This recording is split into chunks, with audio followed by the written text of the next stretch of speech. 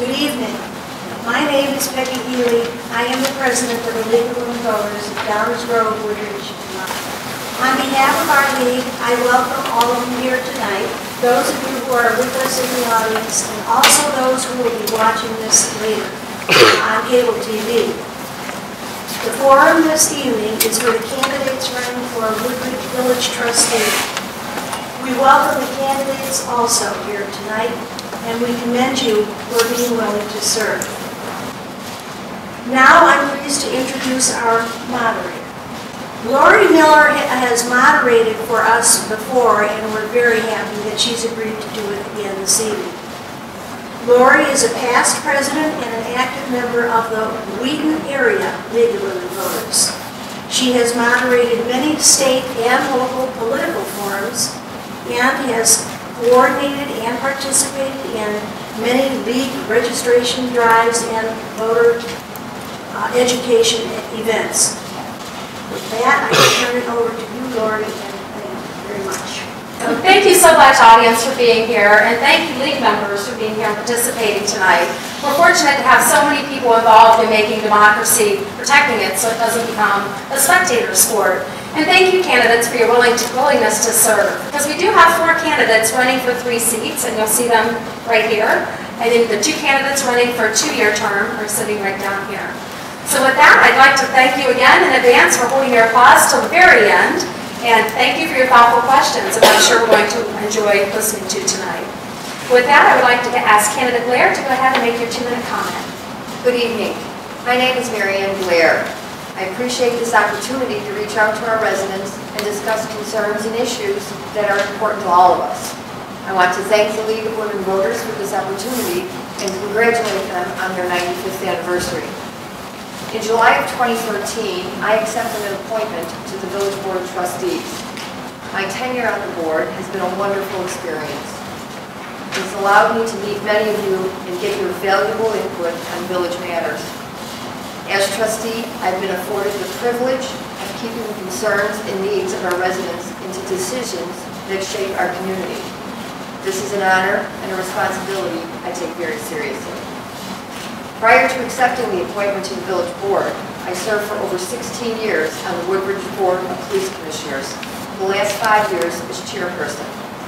In addition to my local community service, for the past 25 years, I have had the honor to serve on the Illinois Police Officers Memorial Committee and was elected to the executive board 10 years ago, where I continue to serve today. My work experience as an analyst, regional manager, and account manager have given me the skills to listen, consider, evaluate, and efficiently respond to and resolve problems and challenges. My husband Don and I moved to Woodridge in 1976, and we raised our 3 daughters here.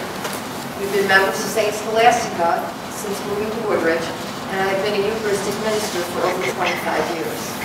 While our daughters attended St. Scholastica School, I served on the school board and shared numerous functions and fundraisers.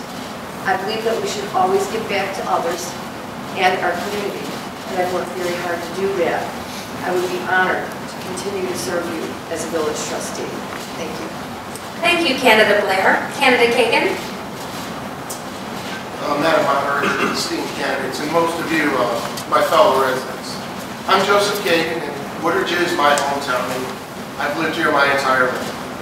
I previously served on the village board from 2003 to 2013, and some of the highlights of my service during that period were: 1, the work on the District 99 property, which is immediately over here, bringing that into inclusion into the village, with a long-term comprehensive plan of how we're going to work with the Park District to best utilize this wonderful piece of open space.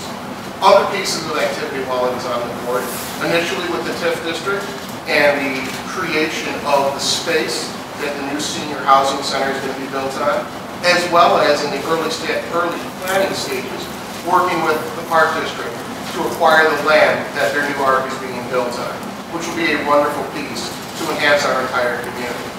You know, one of the things that being a candidate that has experience on serving on the board is I've seen a lot of the issues. I've worked directly with village residents as well as village staff and my other colleagues on the board to look at how we can best solve the problems for you and me, because I live here. This is my hometown. Other activities in the community that I've worked on have been, I've been a member of the Special Events Committee since it's probably about 5, being made to serve pop. I got promoted, I got to do popcorn one year, and for about the last 15 years, I've been that guy cooking 5,000 hot dogs and let's say 1,000 bratwursts. Anyway, the best thing that I can say to you, my fellow residents, is I'm an individual who makes this my hometown, and I want to make it better for all of us. Thank you both very much. Thank you, Candidate Kagan. Candidate Abbott? Good evening. My name is Greg Abbott, and I'm asking for your vote on Election Day. When I was elected trustee 4 years ago, I made a promise that I was going to work my hardest to protect the taxpayer dollars and to make sure that their tax dollars would be spent wisely and only as needed. My goal was to make Woodridge the best place it could be in light of the tax dollars given to us by the residents. I believe I've kept my promise. For 4 years, I have voted against every property tax increase because I believe that there was spending that was not necessary. For 4 years, I have kept a very careful eye on government spending. I've been the board member, if you watch the meetings or come to the meetings, who asks the tough questions. I'm the one who asks things like, can we afford it?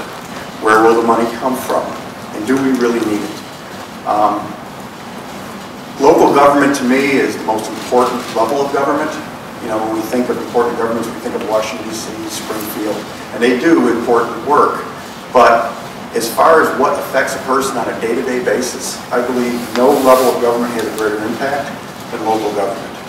We're the ones responsible for keeping neighborhoods safe through our police force. We're the ones responsible for making sure that roads are in good condition, that roads get plowed when we have snow, to make sure that sidewalks are safe for pedestrians to walk and for kids to ride their bikes.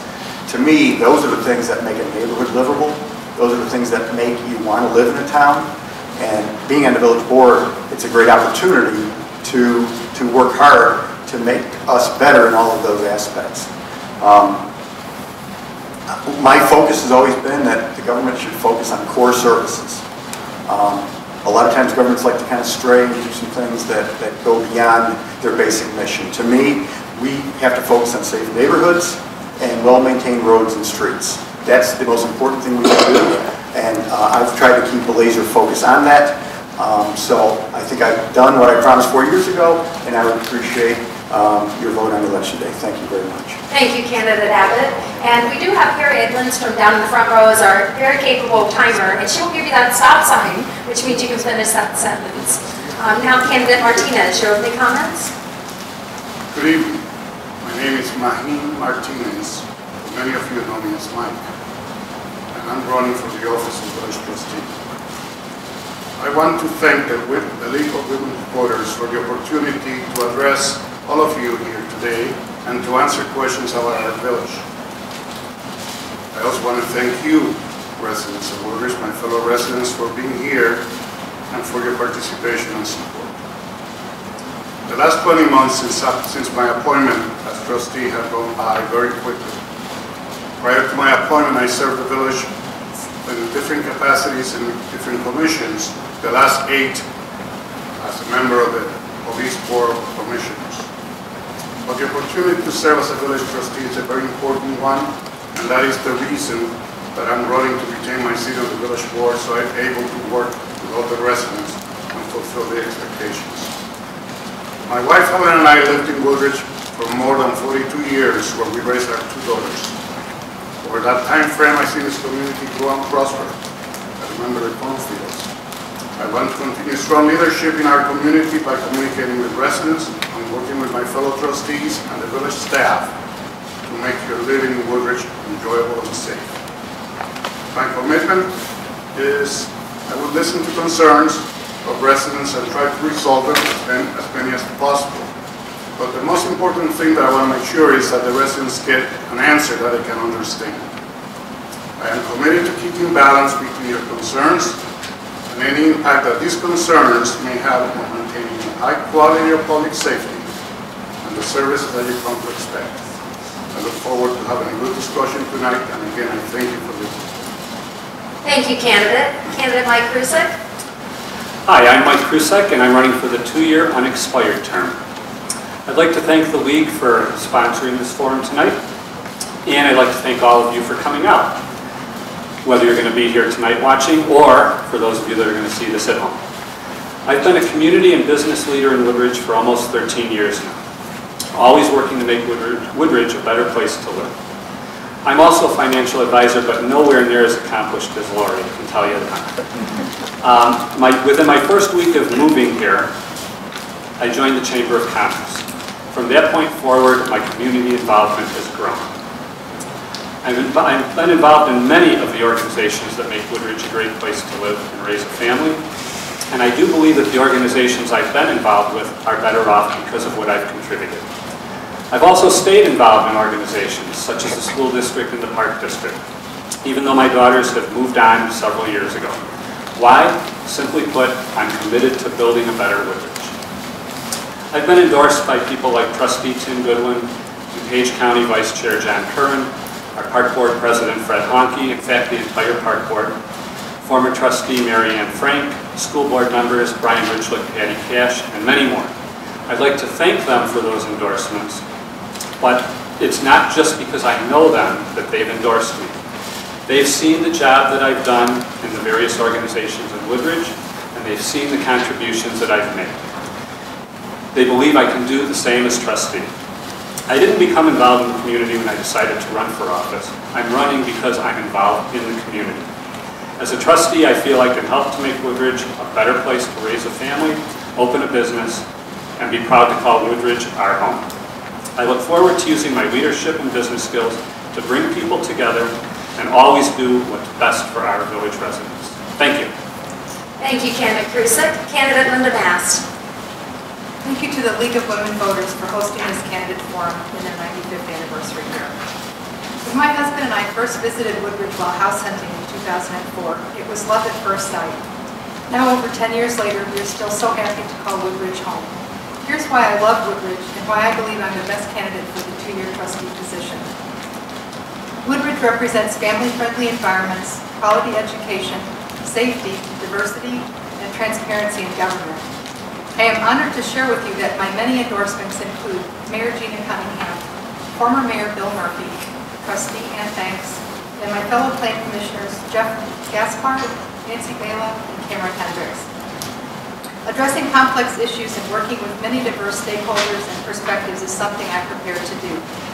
5 years on the Village Plan Commission, decades of senior executive experience in the government and nonprofit sectors, and service as a captain in the Army have prepared me well to serve as an effective trustee.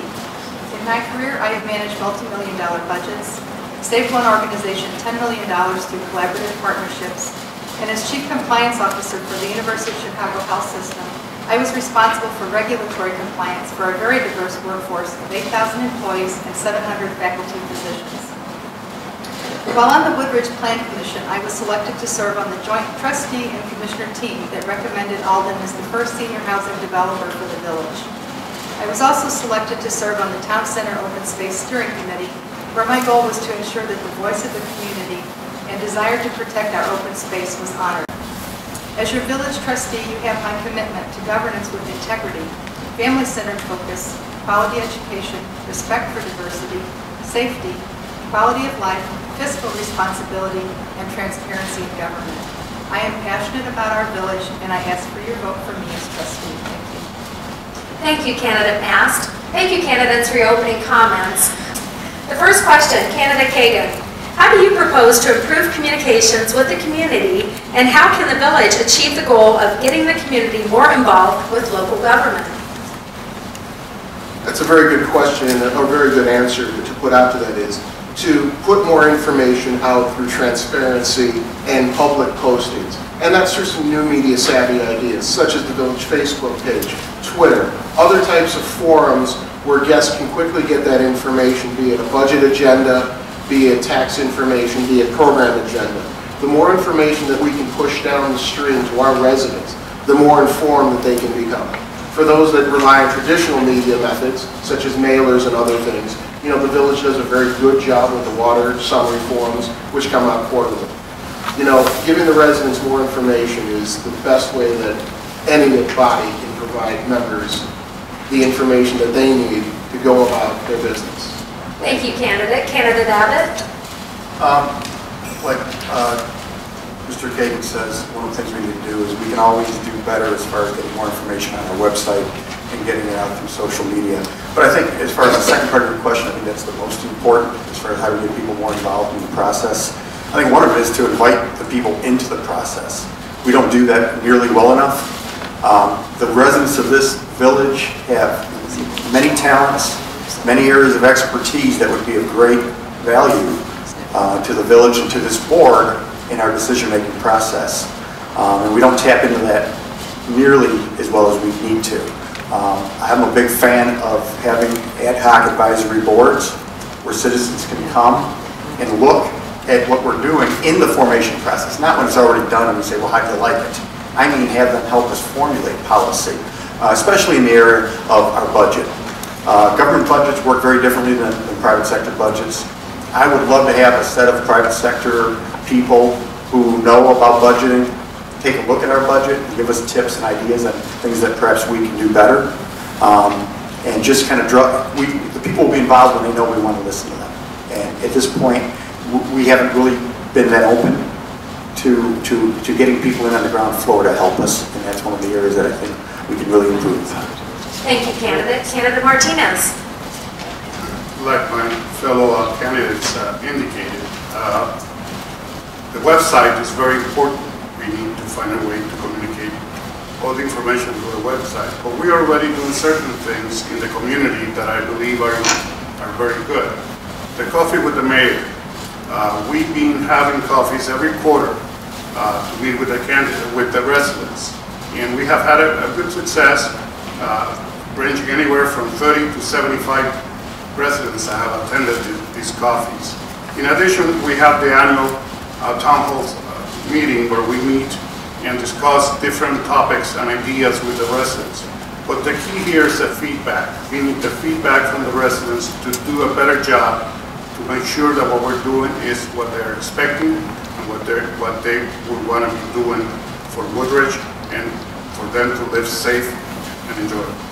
Thank you, candidate. Candidate Krusek? I think the best way to communicate with people is the way that they would like to be communicated with, whether that's by paper, social media, Twitter, however you want to do it.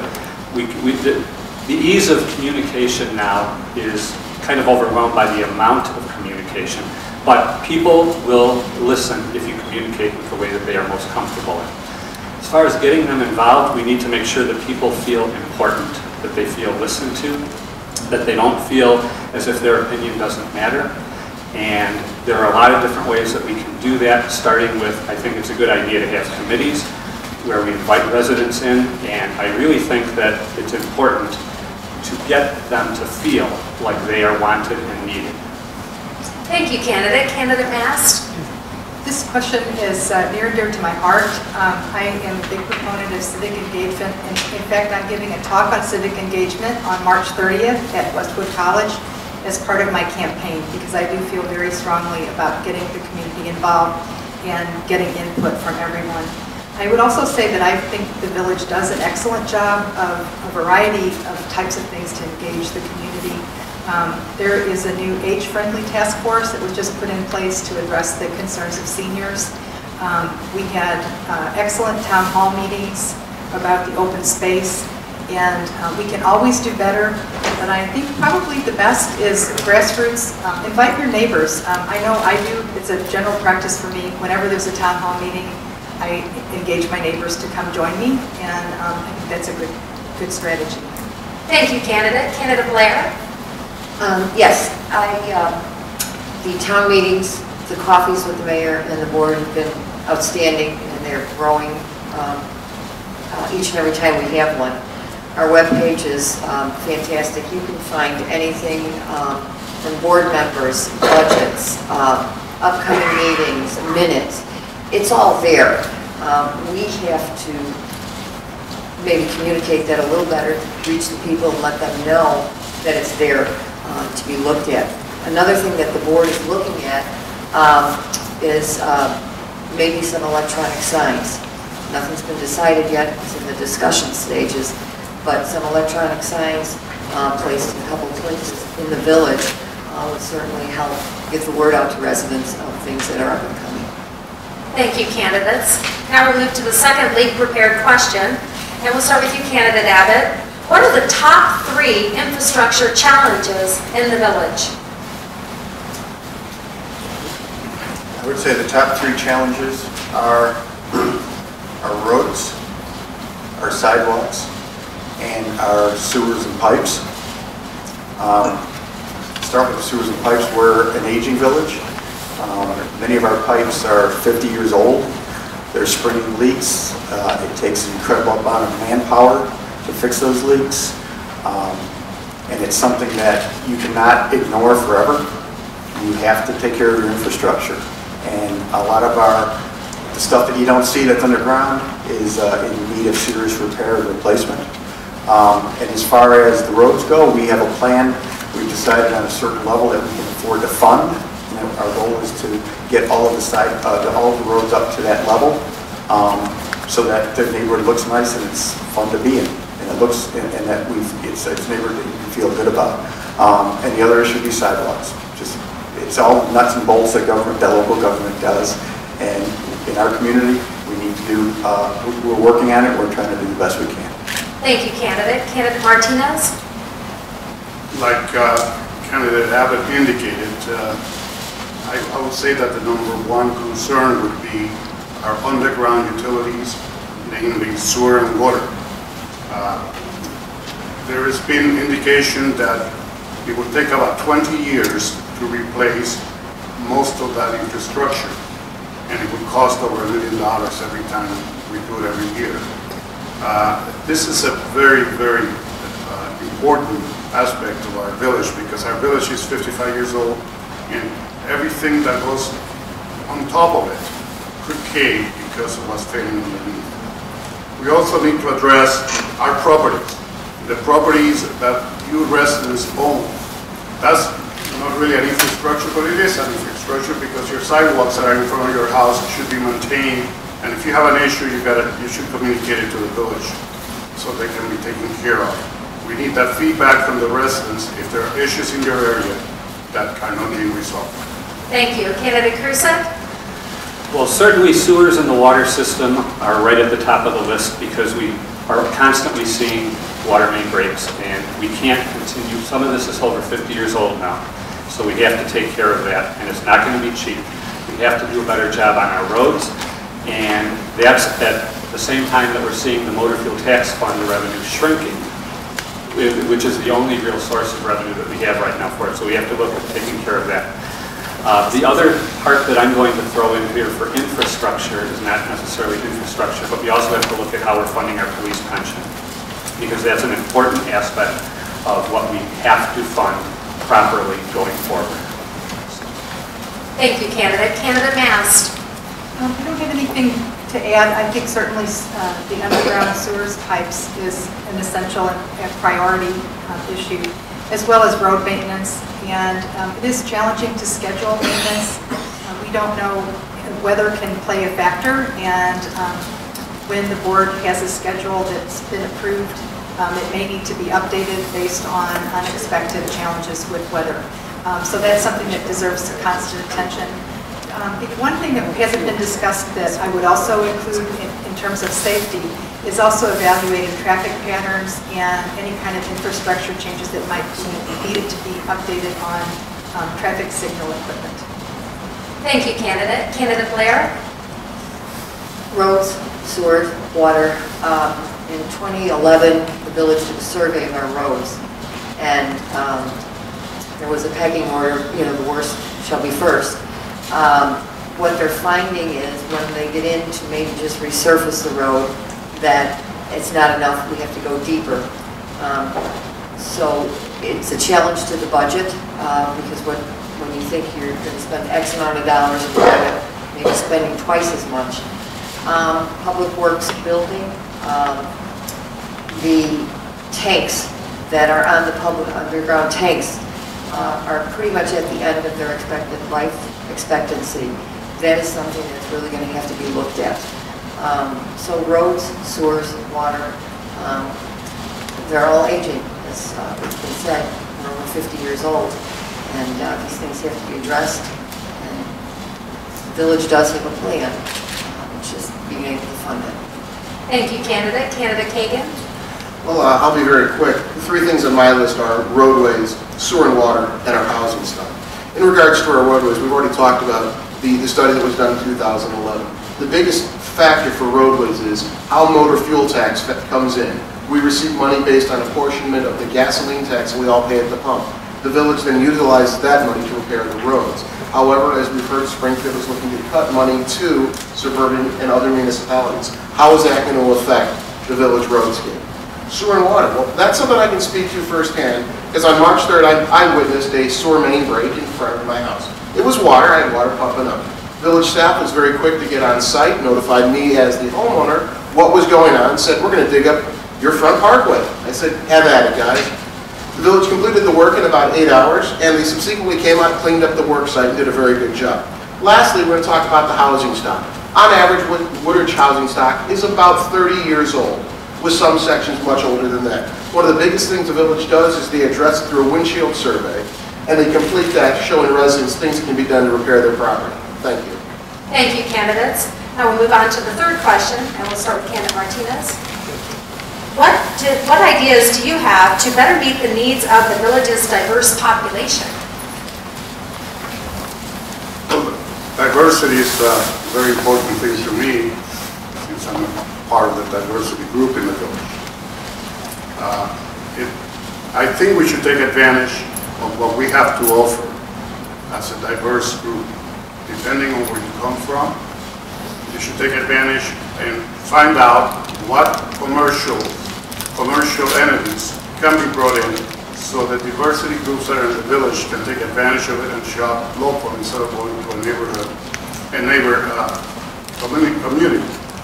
I think the diversity group are very strong, they work very hard, and we should make every effort to learn what they can offer to the community and then give back to them some of what they can expect. Thank you, candidate. Candidate Krusek. One of the things that attracted us to Woodridge was the diversity that you find here. There's, I don't know, it's not 900 languages, but somewhere near there that are spoken within the village. And it's important that we make each group feel like they are a part of the village. We had a fairly successful, I thought, diversity committee forum that would probably not be a bad idea to continue and expand if we can. And again, that all comes back to communication with the residents, drawing them in, getting them involved, and making sure that they feel a part of Woodridge the way that so many of us do. Thank you, candidate. Candidate Mast. Thank you. So I think diversity is one of the strengths of Woodridge, and it also really supports innovation, and soliciting ideas from many diverse perspectives is important. One of the things in our community, other than our diversity committee, which has done wonderful work, is also the services of the library.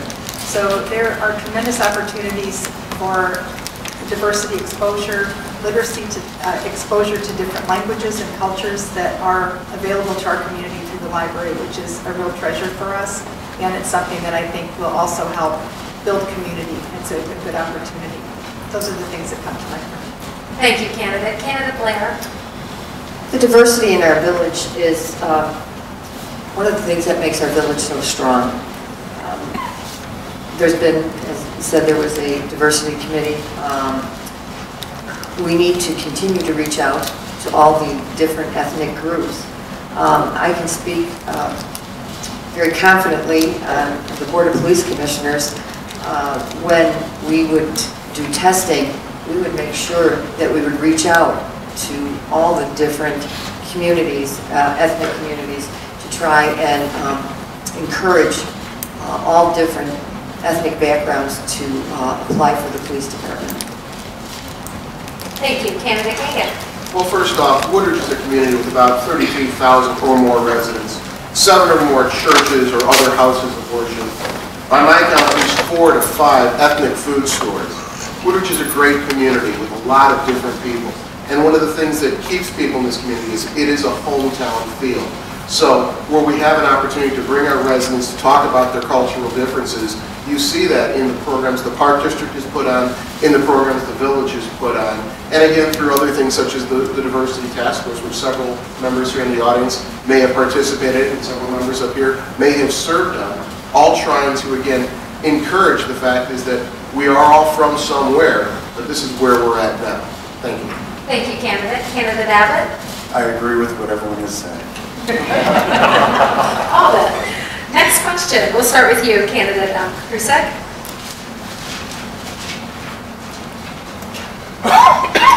What is your favorite thing about the village? Other than tonight? There's a lot of things that I have that are favorites of the village, but perhaps the biggest thing for me that I like is that it's been such a great place to call home that's part of the reason that I'm here running for office and why I involve myself in so many organizations, because it's a very, very easy thing to give back to this community. Thank you, candidate. Candidate Mast? This is easy for me. So having served in the military, as you can imagine, earlier in my life, I moved around a lot. My husband and I every day say how lucky we are to live in Woodridge. It's a fabulous community, very family focused. We enjoy socializing with our neighbors and have always felt very safe and welcome here, and it's just a treasure to be part of Woodridge. Thank you, candidate. Candidate Blair? I've lived in Woodridge for 39 years. In one home 10 years, and we were very rooted, and we built a home that we've been in now for another 29 years.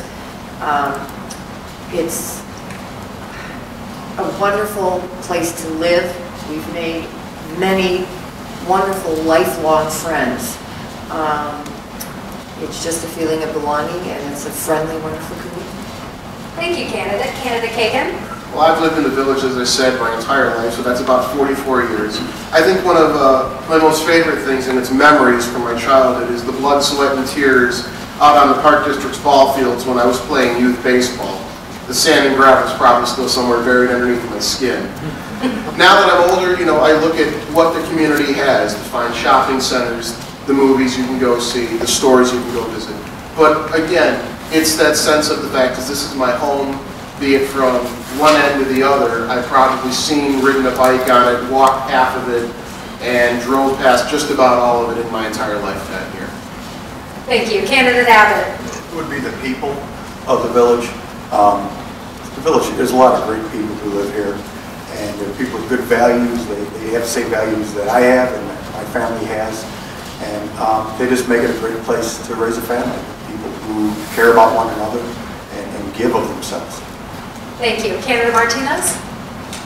Well, I lived here 42 years, we lived in 3 separate homes. The last 2 we built ourselves, we designed it, and we just moved into our 3rd home 2 years ago. So we really like this village.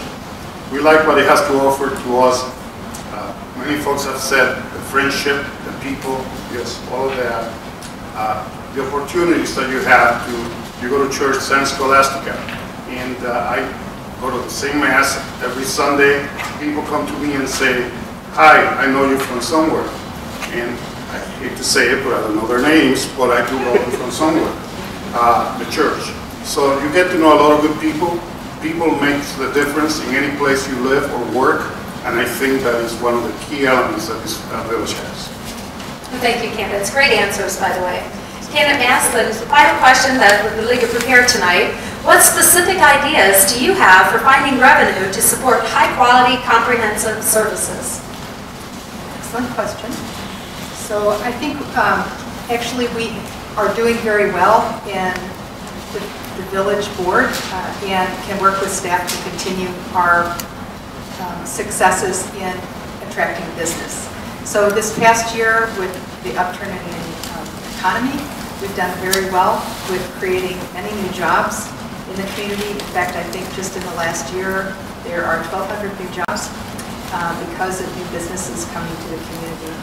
Retail, and also just this past week, there is a new organization that does collections for student loans that will be bringing 200 more jobs to the community. So I think we're doing a great job, and the board just needs to partner with our staff that is already out there doing what they should be doing. Thank you, candidate. Candidate Blair? We have to, if the need for more revenue is there, I think we need to look at ways to bring in revenue that does not burden the property owner. Property taxes are high enough, and I think that we need to look at other ways to raise the revenue, whether it be hopefully more businesses, maintaining our businesses, and then maybe looking at some sort of other, if the need arises, and it would be the absolute last thing, some sort of taxation that would be spread among everybody in the community, and hopefully people that come into the community, not on our property owners. Thank you. Candidate Kagan? Well, first off, to any village staffer, I'm going to paraphrase what the village's mission statement is, and it's to provide superior services in a fiscally responsible manner. And number one, what that means is evaluating the village's programs. What does it cost? What is the benefit of it? However, at the same time, how can we do better with less? And you know, the idea is the village has very high ideals for what we want our programs to keep and what we want them to do. Unfortunately, it does take a very shrewd individual to figure out how we're going to come up with the money to provide that service. Can we do this? Can we do that? You know, the biggest thing in providing those services is it is a trade-off. And as we've heard with the reduction in amount of money that the village will receive from Springfield, can we burden the village taxpayer and property tax owners with those additional services? So, you know, as we evaluate them and figure out what the cost-benefit analysis is, we have to find the best way to make them balance at the end of the day. Thank you. Candidate Abbott? As far as trying to find revenue, I think we're very limited in that regard. We can't raise property taxes anymore. It's getting to the point where people can barely afford to live here. During this campaign, I've knocked on doors, and if I had $1 for everyone who complained to me about the amount of the property taxes that they're paying, I'd be a rich man. We can't keep going back to and treat the taxpayer like an ATM machine. We have very limited, we're a built-out community. There's very little area that we could increase revenue. We have some areas where we can try to fill some shopping centers and things of that sort, but it's limited. What we need to do is we need to make sure we get our fiscal house together. And that is doing a zero budgeting, where instead of just taking the budget from last year and adding 2% or whatever, you break it down to zero. You justify every line item every year. That's the only way. You've got to control the cost of government because there's no more revenue to chase. Thank you, candidate. Candidate Martinez? Yes, I think as far as real estate taxes, we're at the limit. We shouldn't be raising real estate taxes anymore. What we need to do is look at other sources of revenue. Candidate Blair mentioned potential to do something with sales tax. That's been a discussion that we had over the last year. So it's just more than the local residents paying for any increase in cost. In addition, I think we need to look at how we can bring more businesses into the village. We've been very successful bringing in some of the large big box users. Arban, Kellogg, Edward Don, and those people. But we need to work with the strip malls owners so they can have some kind of a priority working with the village so we can fill those spaces the best way possible and create more revenue to the village. Thank you. Candidate Krusek? Well, we not only need to work with the existing businesses that are here and also do a good job of making sure that we bring in more business that will generate sales tax revenue, but we also need to do a little bit better job on filling up 7 bridges.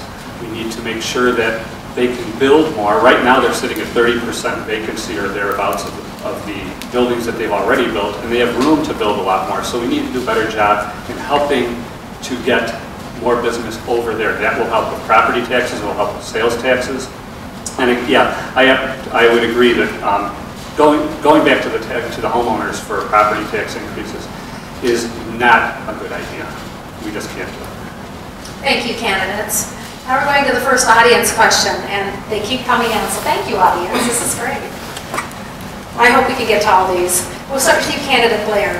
Is reducing the village's environmental impact a priority? What is your plan to reduce the village's carbon imprint for both the village infrastructure and the community as a whole?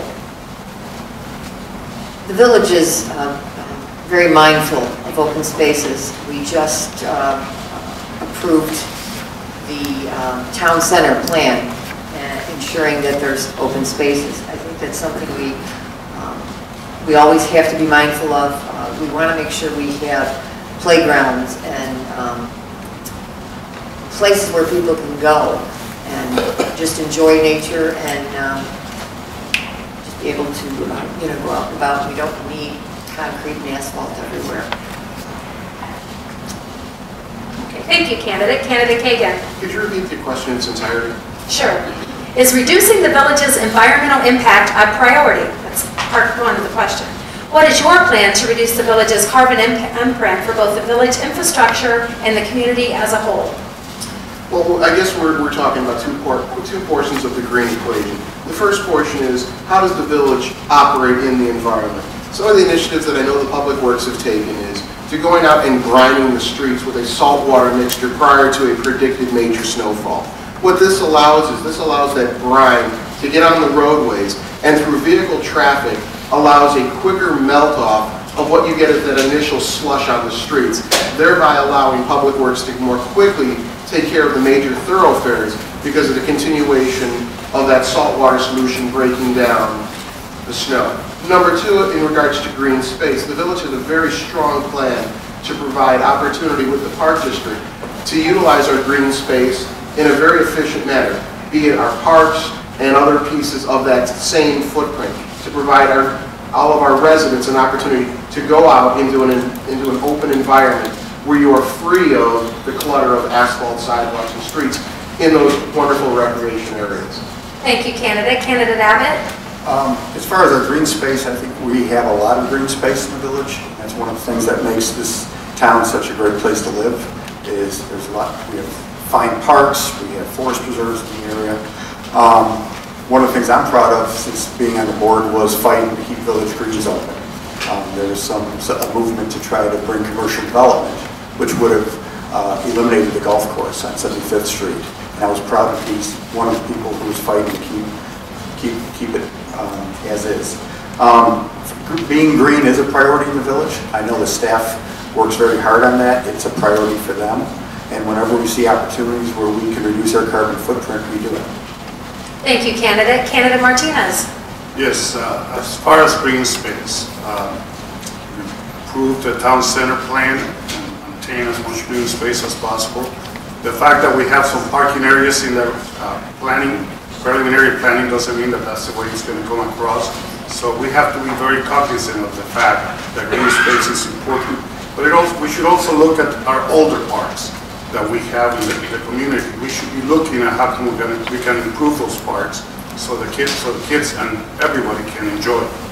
At the same time, for new buildings and new construction, LEED, L-E-E-D, that's leadership in energy conservation.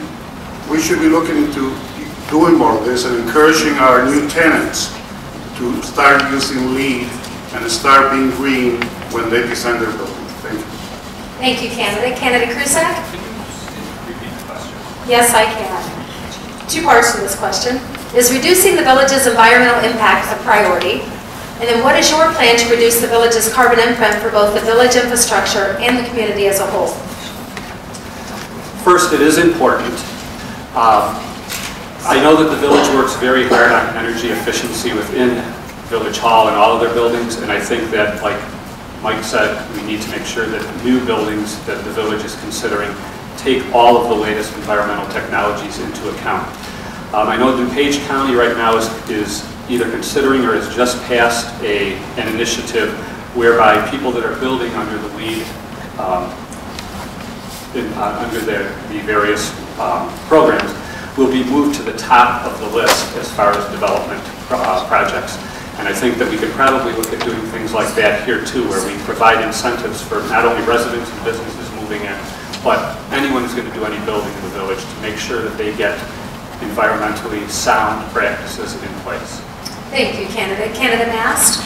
This is something, being on the Plan Commission, we work with this on a regular basis. As far as LEED, there are definitely advantages. There can also be hidden costs. So it's really important to evaluate all aspects of LEED certification and determine which really have an evidence-based savings and protecting the environment versus some that may be cost prohibitive down the road for maintenance. Some of the things that we deal with on the Plant Commission are things like light pollution and from LED lights, which are more energy efficient, but we are very careful to evaluate that as an issue. There are many opportunities such as permeable pavers that pay off down the road, but they are more expensive initially. So I think this is something that the board needs to be very well informed and support policy that will not make development cost prohibitive, but be mindful of the environment. And on a simpler note, we do a fabulous job having a bicycle-friendly community. So less cars and more walking and bicycles is certainly an option. Thank you, candidates. Now we'll move to the next question. We'll start with candidate Kagan. What will you do to fill any empty retail and industrial spaces that are currently vacant? When we talk about empty retail spaces, what we're really talking about is we're talking about the loss of potential sales tax dollars. What I would do is, first off, we have several developments in the village that are unfortunately empty. We look towards 7 Bridges with 25 to 30% of retail space vacant, including one whole section that has yet to see any development on it. However, we need not look any farther than 63rd Street and the empty Dominick's site. Village staff has aggressively gone out and attempted to gain interest in that site. I would strongly encourage the village staff through other initiatives, potentially such as a rebate to bring them into the village to fill these voids in our community. While to some a rebate may sound as a give back to somebody to come to the village, that's what by definition a rebate is. If we can get them to stay in the village and anchor them, that rebate will be paid back tenfold by the revenue sales tax that can be generated from a prospective tenant. Thank you. Thank you. Candidate Abbott? I think we have a real high priority on filling empty retail space, and I give great credit to our economic development team here in the village, led by Michael Mays. He and his team, they work tirelessly to go out and find tenants for our various retail properties. They work very hard. They go to all these different trade shows. They're in constant touch with all these different brokers. They give a tour every year to various interests so they can see what's available in the village. They do a phenomenal job, but these are tough times and we can't expect miracles. So as far as what we can do, I think we're doing pretty much all you can do at this point, and I would just encourage the leadership to continue doing the best they can. And they've got some real good success stories in the last few years, and they're going to have more. Thank you. Candidate Martinez? I agree with candidate Abbott in the statement. Michael Mays and his economic development group does a very, very good job pursuing new businesses for the community, working with brokers and tours, etc. But I think one of the things we need to concentrate more is, as I said earlier, we have many small strip malls in this community that are partially filled. And each one of these malls is owned by a different individual that has different priorities. And as long as they get revenue from a lease that was through the year 2020, their motivation to do something to bring in a new tenant is very limited. So I think we need to do more of an effort working with those owners to see if there's any way that the village can encourage them to attract more businesses into their community. Thank you. Candidate Krusek? Before I moved to Woodridge, I lived in Berlin, and I spent 9 years on a Berlin Development Corporation board where that was our primary concern. Berlin was a landlocked community, and we were always trying to fill in areas with retail. And I can tell you that it's not easy. It wasn't easy then, and it's not easy now. I agree that the staff here does a tremendous job in looking to fill these areas, and it's particularly important within District 68 because that's even more landlocked than the whole of Woodridge. So what I think that we can do, though, is to be more flexible in not be looking just for the perfect projects to come in, but maybe something that we might not have wanted to be in a particular spot, but that's all we're going to find to get there. Let's work with them to get them in there. I also agree with Trustee Martinez and his comments about working with the individual landlords in all of these strip malls to find out how can we best help them? How can we help the existing businesses that are there, which makes it more attractive for someone to move next door to them? And how can we work with them to make sure that they're updated and available for tenants? Thank you. Candidate Nast. I don't have too much to add, just a few things to mention. Certainly, Michael Mason and his staff do a tremendous job, very aggressive in pursuing business development. Jason Zawilla did a wonderful spot on, a PR spot on the radio, so this was also a great strategy. One thing that we haven't talked about is partnership with other communities, and I know that Jason and Michael did this with some partnerships with other villages to try to work together. And I think that this can be a very effective way to be innovative. We're not the only community that is struggling in their sort of the recovery period of the economic problems that have been in place. So that's what leads to innovation. And so looking for partners in places we hadn't thought of before is important. Thank you. Candidate Blair? I would absolutely agree that the Michael Mays and his staff does an outstanding job in promoting and soliciting new businesses to the village.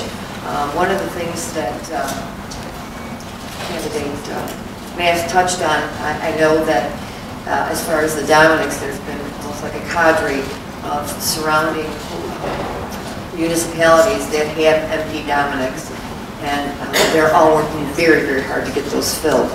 Another thing we do is also with the property owners, encourage them to update and modernize the current strip malls to make them more attractive for businesses to want to be in there. Some of them are very tired, and if we can update those, perhaps we can bring more businesses too.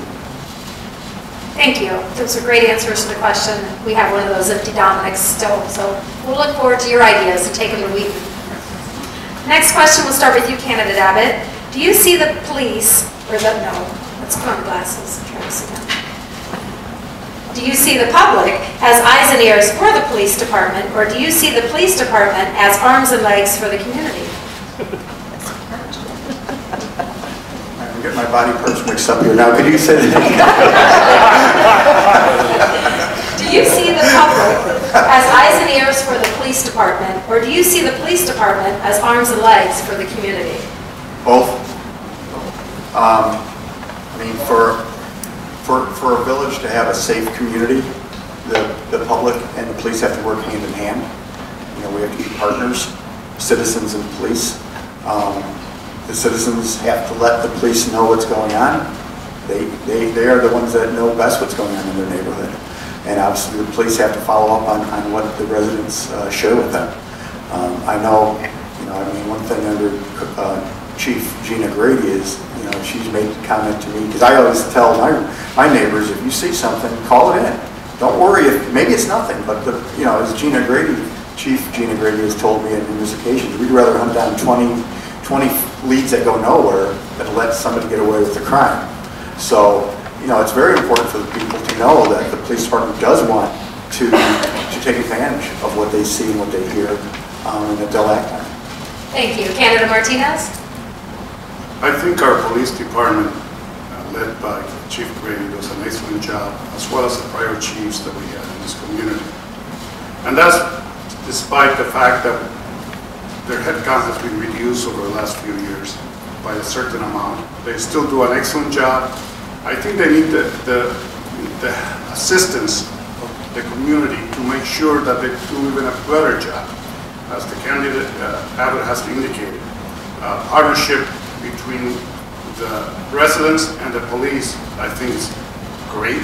I think it's a fantastic idea. Report any suspicious event that they see that you don't feel comfortable with, to prevent anything that's bigger and further beyond a difficult situation. Just in the last week, the police just solved a situation that occurred here at the Jewel over a year ago, almost a year ago. That's a lot of diligence to get something done, and we have a great police department. Thank you. Candidate Krusek? Yes, I'd say it's both. The police can't be everywhere. And if they're not in your neighborhood, you see something going on, go ahead and give them a call. We've got a fantastic police force here in Woodridge. They do a great job, but they need help. There's not enough of them to be everywhere all the time. So you're the eyes and ears, call them, they'll respond. Thank you. Candidate Mast.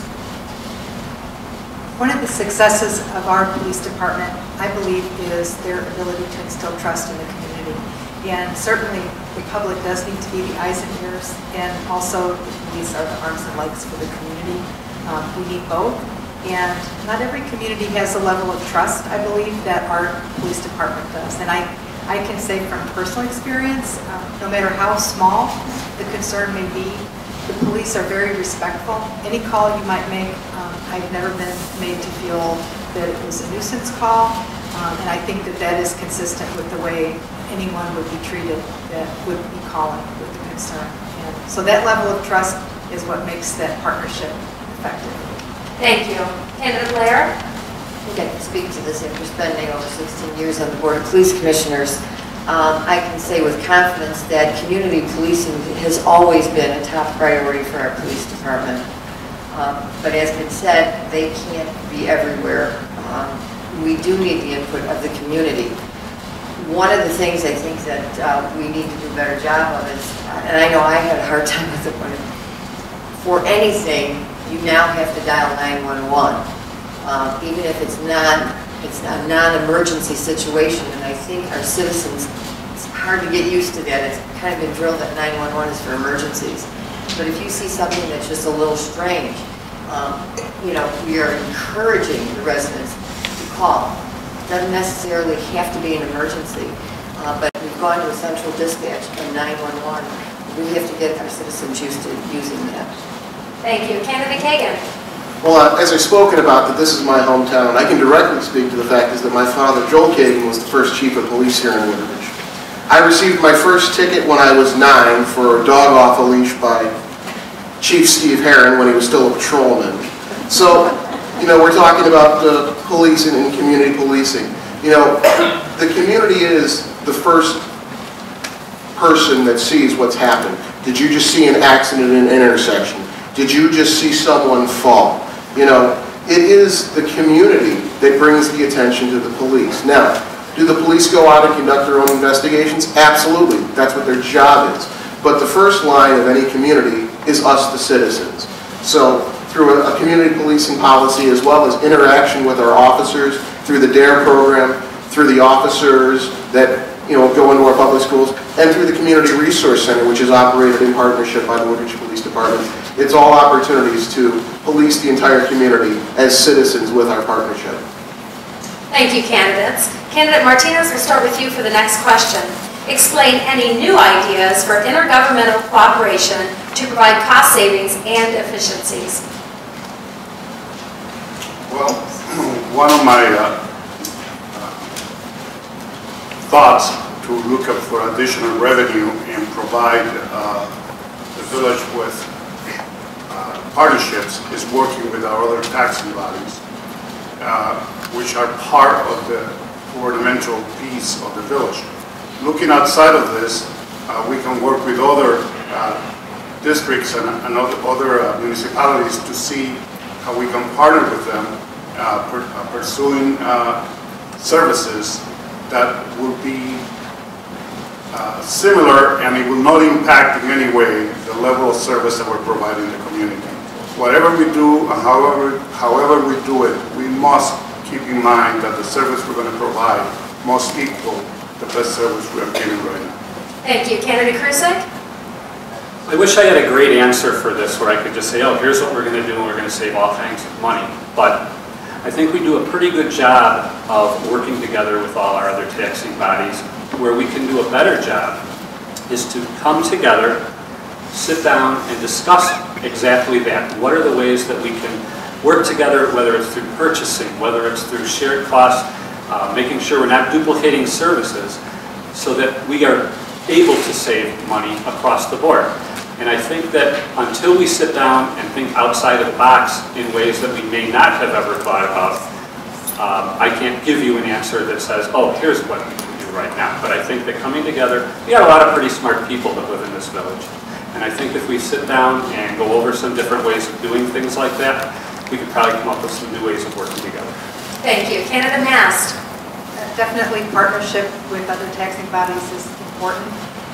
And I think this is where the leadership of the mayor and the board of trustees it is critical to facilitate those types of partnerships. So without having experience yet on the board, I don't have all the answers either, other than needing to do research and facilitate anything that would allow a level of trust and a willingness to cooperate and look at things in new ways. Thank you, candidate. Candidate Blair? Definitely working with other taxing bodies. The village just did that with the Park District, groundbreaking. Park District just did the groundbreaking for the Arc. The land was a part of a TIF area, and it was donated to the Park District by the village. We had a partnership with the Park District for the town center, and the plan and how we would go forward on that. We've gone in the police department to a central dispatch, working with other communities. So there's room to do that, and I do know that our mayor right now is actively working to begin having conversations with all the other taxing bodies to try and find some sort of, common ground where we can save money and maybe save the taxpayer some money. Thank you. Candidate Kagan? Well, during my first experience on the village board, I served as a member for the DuPage Mayors and Managers Conference as part of the Intergovernmental Relations Committee, which was a committee designed to study exactly this exact question. And one of the things that did come out of this, while it doesn't affect Woodridge, as part of that, the villages of Downers Grove and Westmont agreed to an equipment sharing program, whereas one municipality would purchase $10,000 widget and share $10,000 widget with its neighboring community. This saved the villages of Downers Grove and Westmont close to $275,000 over a 5-year equipment replacement period where they were sharing these $10,000 widgets back and forth. And I use the term widget because it could have been a front-end loader, a large heavy dump truck, or anything like that. Areas that I would continue to explore partnerships would be particularly with our fire protection districts, to which the village is part of 3. To, again, provide opportunity to share costs across the board via equipment replacement program, vehicle purchasing programs, or other type of cost-sharing basis. Thanks. Thank you. Candidate Abbott? If we're looking at cost savings, I think it's important, really, if you're going to look for cost savings for a village, it has to be with other villages. We're doing what we do. To me, talking to school boards or school districts isn't going to yield much because they're doing their thing and we're doing our thing. So what I think the best thing to do is start off and have a committee with other towns who are willing to talk and have 1 or 2 people from each town just get together and start going through their budgets and say, hey, what here can we do together or share where we can give savings to the residents? So that to me is the most important starting point, is to start having that dialogue and starting to look at what can be done. But the biggest problem to that is you got to get a change in mindset. There's this turf mentality you get at every government level. It's ours. It's got to have our name on the front end loader. It has to have our name on this. It's got to be ours. We have to control it. That's got to change because the people demand it, because we can't continue to deliver the services that we are given at a reasonable cost unless we get more efficient, and that's going to be through working with others. Thank you, candidates. Now we'll move on to another question. We'll start with candidate Krusek. Now that the idea of placing a new public works on the town center property has been shelved, where would you propose a new building be built? Well, first, I would want to verify that we do need to have a new public works facility. I'm pretty sure that the police department needs to have some updating, and we've had studies that say that we need it, but before we go out and we spend that much money, I just want to make sure that in fact we need a new public works facility. But my proposal, very simple, right across the street from Jefferson, well, right across the street from here from Jefferson on the east side of Janes between Janes and 355. That's where I would put it. It does not take a lot of property taxes off the roll because right now that's farmland. It's in close proximity to the police department, which we would need because the police department has the vehicle service by by Public Works. And I don't know what else we're going to be putting in there anytime soon because it's been vacant for as long as I've been. Thank you. Candidate Mast? Well, it's an important question, and actually one that I don't really feel prepared to answer without much more information. A decision like this, especially if it's going to occupy land that might have another use, are the implications of service to a variety of the communities. We have 40 neighborhoods in Woodridge, and the location of Public Works makes a significant impact to all of the neighborhoods. So it's something that really would warrant much more research, and I would need much more information. And I wouldn't just shoot from the hip and pick a place today. Thank you, candidate. Candidate Blair? Right now, the board is still considering a lot of different options. Nothing has been decided as far as the police department and the Public Works department. There's several options that we are still looking at. There is some land in other areas that the village does own. There was a lot of input from the community that should a new Public Works be built, they would rather not have it by the town center. That the police department would take over the entire building. Nothing has been decided yet, so these are still options we're still looking at. But if the need did come or it was decided that it was going to move, there are other areas in the village that are options. Thank you, candidate. Candidate Kagan? Well, when we talk about the Public Works facility, we really need to talk about it as a whole, because currently the Public Works and Police Department share a common facility. One of the significant changes over the years, and particularly in regards to the building space and everything like that, is over the years the Police Department has been required to store more and more materials on site, be it the officer's equipment, to evidence for case proceedings. Now, when we take that out and if we say we're going to move the Public Works somewhere else, there are some opportunities for us to utilize space that the village already owns. Number one is a remote storage lot at the old Public Works Village Hall site on 83rd Street. The village still owns it. It's sitting there currently unused. Now, was that a great location to have the Public Works facility? Well, at that time when the village had it there in the mid-70s and 80s, it worked out fine. What other opportunities we could take is, does the Public Works need to be thought of as one single building? Or could it be an office space where a small portion of the village staff works, and then a larger utilitarian garage where the remainder of the heavy equipment and other things are stored and utilized at? Thank you, candidate. Candidate Abbott? Yes, I don't think the case has been made yet that we need a new Public Works building. Obviously, they could use more space, but one of the biggest challenges, I think, in government is to separate wants from needs. You know, one of the things I say often from my seat down on the end is this a want or is it a need? You know, a lot of times government, like our children, will say something is a need when it's really a want. And at this point, in my view, from what I've seen, additional space or a new Public Works building would be a want, not a need. If the village board is going forward in that manner, then, you know, some of the numbers that have been talked about are $10, $15 million or more. If the village is going in that direction, I think it should go to referendum. The taxpayers aren't an ATM machine. If the village, it wants to spend another $15 million for a Public Works building, I think the people should have their say and be able to vote on it. So, you know, again, I think it's just, at this point, you know, like many residents who would like to add on to their home but can't afford it, they need to live in the confines that they have. Thank you. Candidate Martinez? Yes, actually this type of a question is something that I did for over 30 years in the public life that I had. And, I was in charge of real estate throughout the United States. And there was the wish, the want, and the logical thing to do. One of the things that the village is doing right now, we just approved proceeding with a study that a company is going to be doing to verify, as is being indicated here, if we need a Public Works facility, or for that matter, a police department, be expanded, how big should it be? Can we do anything within this municipal area that we have here by getting creative. We also need parking facilities. So this is not something that we have completed. It's something that we continue to look at.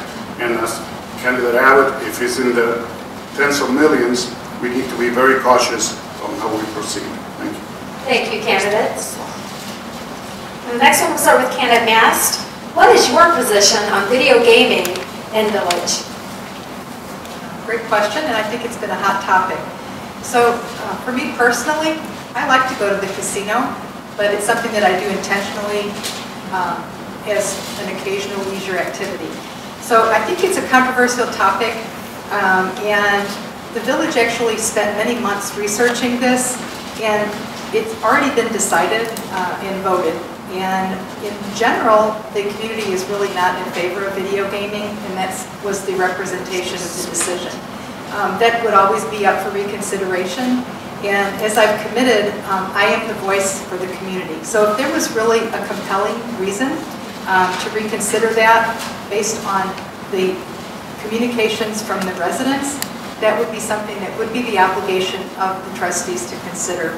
However, the evidence doesn't really support that. In fact, it only would at most bring 5% of the total revenue to the village.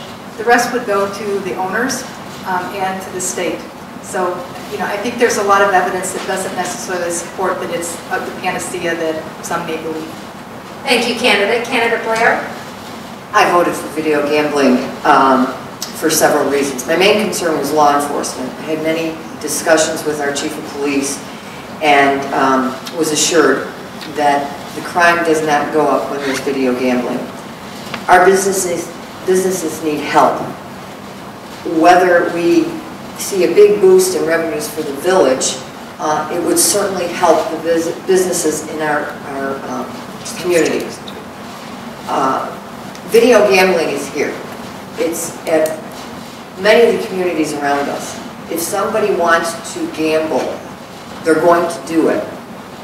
I'd rather have the revenue here than having a resident of Woodridge get in the car and drive to Westmont. If we can help our businesses and maybe bring in some extra revenue, I'm for it. People, if they're going to gamble, they're going to gamble. So let's get the revenue here and help our businesses. Thank you. Candidate Kagan? First off, while I was not on the board when the village made its decision in regards to approving video gaming, I was involved in several of the studies. It's my position that I would be in favor of bringing video gaming to the village. It would allow our businesses to operate on a fair playing field with our surrounding communities, because while Woodridge may not have a lot of spots for it, the few spots that we have should be able to compete with their neighbor down the road. I've also spoken with the chief of police when we were first studying this and looked at some of the statistics that were being reported out of other states as other states implemented video gaming that was coming into the local community.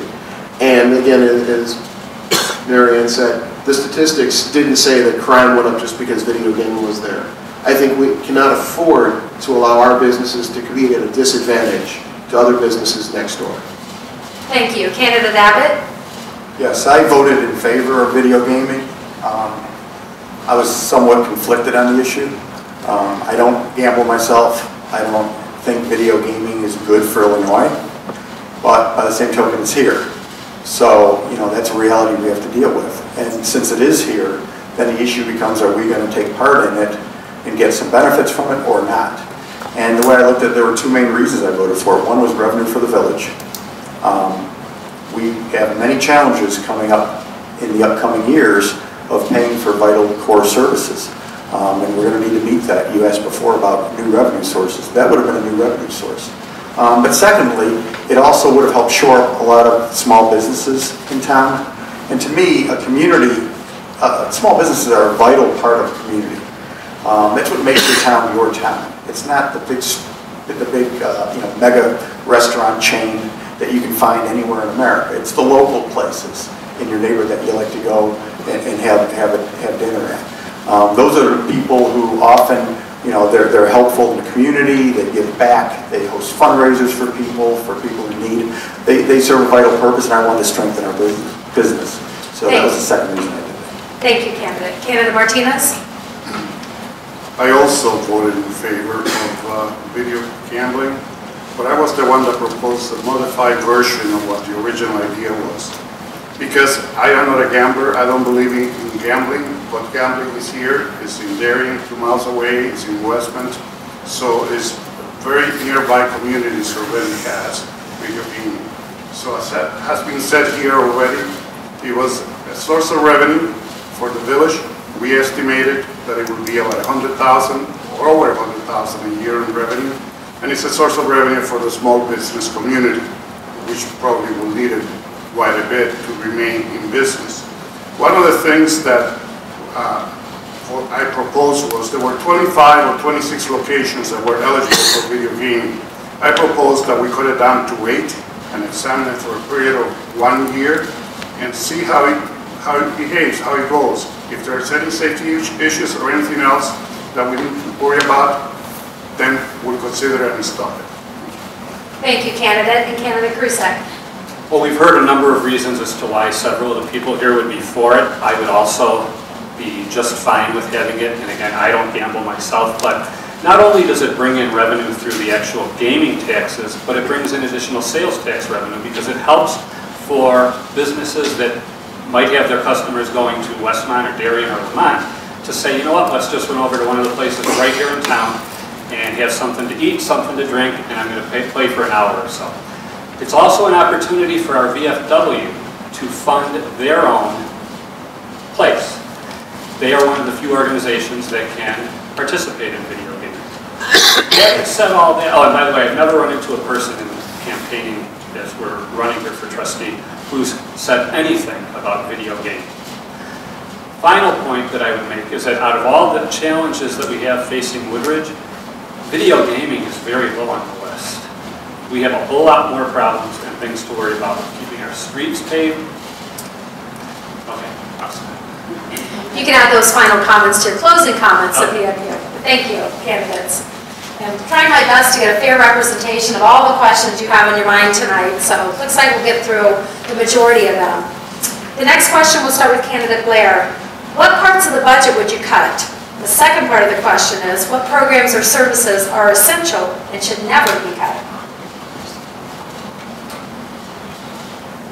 I think before we make any cuts to the budget, I think we need to sit down with staff and go through it line by line. I think in addition to that, we need to reach out to the community and see what services are the most important to them before we cut anything. Which are the ones that are most vital. So before I would have to sit down and really go through the budget line by line before I can say I would cut anything. Again, same thing with the programs. I think we have to reach out to the community and see which programs are most important to the community. In addition, we have to look at the cost versus the value of some programs. If we have a very minimal amount of people where a program is benefiting, maybe we have to look to that and say, is that worth what the cost is? It might be a very wonderful program, but is it worth the money we're spending? Thank you, candidate. Candidate Kagan? The first part of the question I'm going to answer last. What areas would I protect? The areas that I would protect are the village's core service. That's going to be your police, your public works.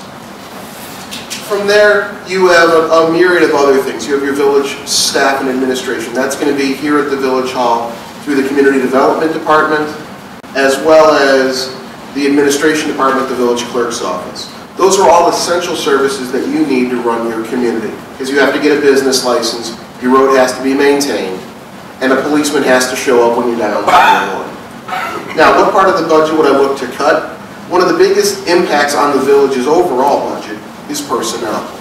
And while I'm not looking to reduce the amount of personnel the village operates with, I would look at reducing or freezing over a period of years the annual review and increase of employee salaries, be it from what the percentage is now to a lower percentage, or unfortunately, and across the year, across the line period, where there are no increases.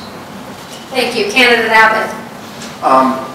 When the question is what part of the budget would you cut, I think to me that's misfocused. If you look at village government, there's not a lot of things we do that are not core services, or not vital to the residents. Now, if you look at our budget, the vast majority is for police and public works. Unlike a county government or a state government where they may have many different social programs that you would look at to cut, we don't do social programs. The village, this village and no village does that. So the way you control cost, to me, isn't just saying, well, what do we cut? It's looking at the business model that we have. What do we have to do? What core services do we have to provide? How do we provide that in a more cost-efficient way? And that's the debate, the dialogue that we don't have nearly enough. It's not a matter of cut this or don't cut that. It's a matter of looking at the overall structure of the budget and how do we lower it. Ways to do it: one, zero budgeting. Start with that. That's a good start.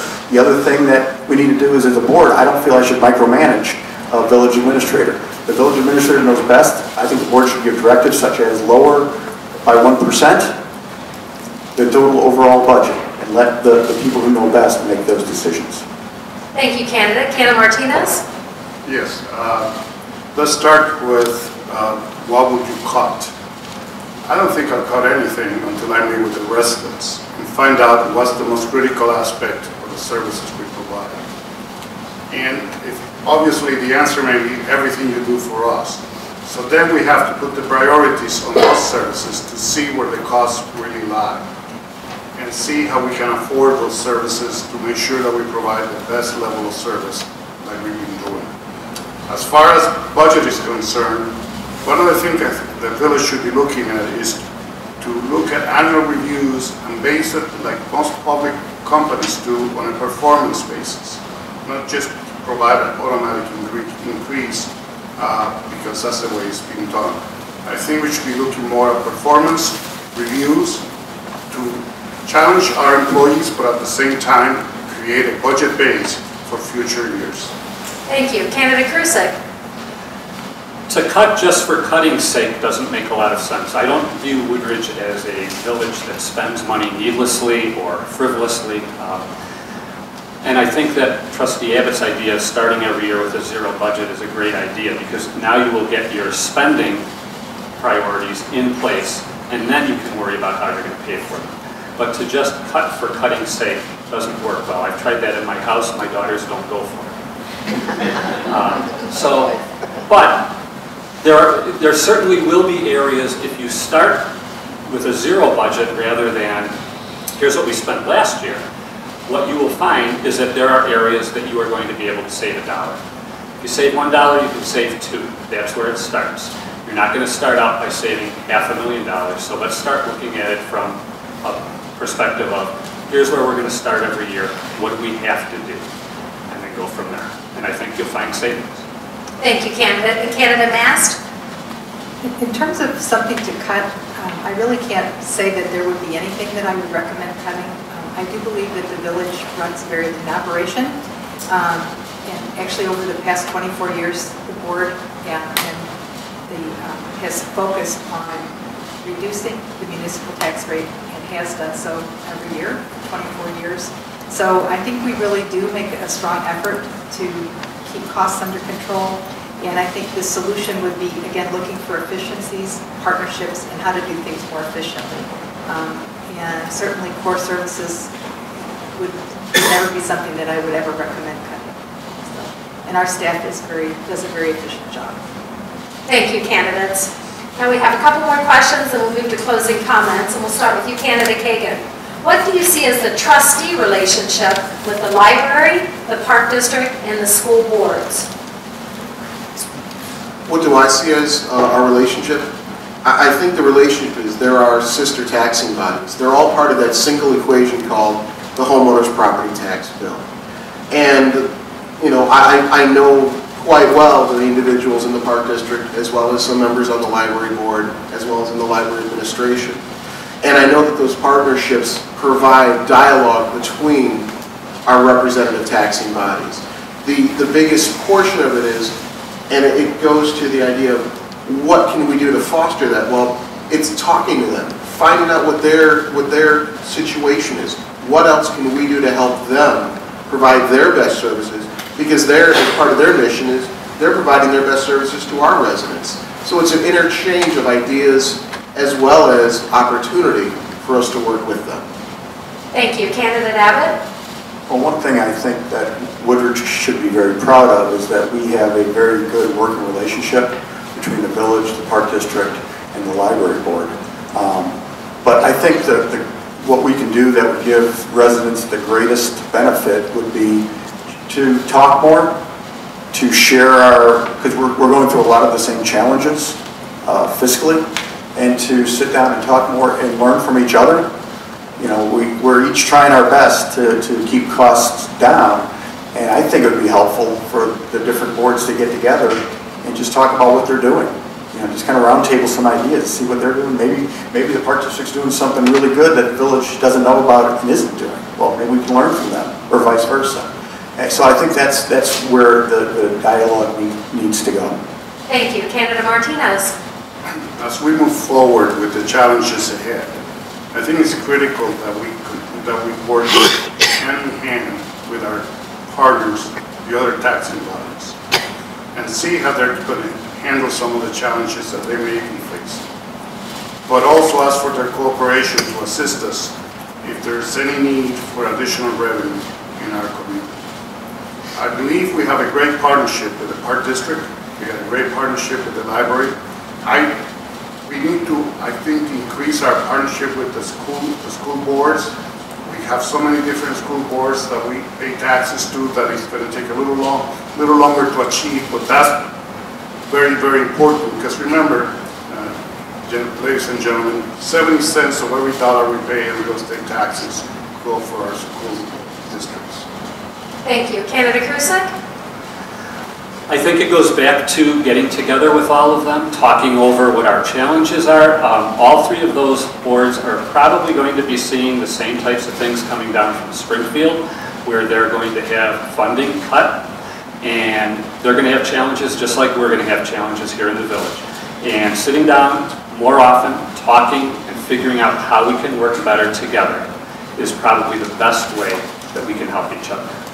Thank you. Candidate Mast? Well, one example of a very successful partnership was the steering committee for the open space, and that was something that included representation from the library, from the park district, and brought everyone together. So I think more of that, and certainly just to know the library board is an elected body. So I think it's also important to partner, but also to respect that each of those taxing bodies has their own expertise and govern their own resources. So it's important to work together, but also respect their own those points of view. And I think things like the steering committee for open space were an excellent example of working together.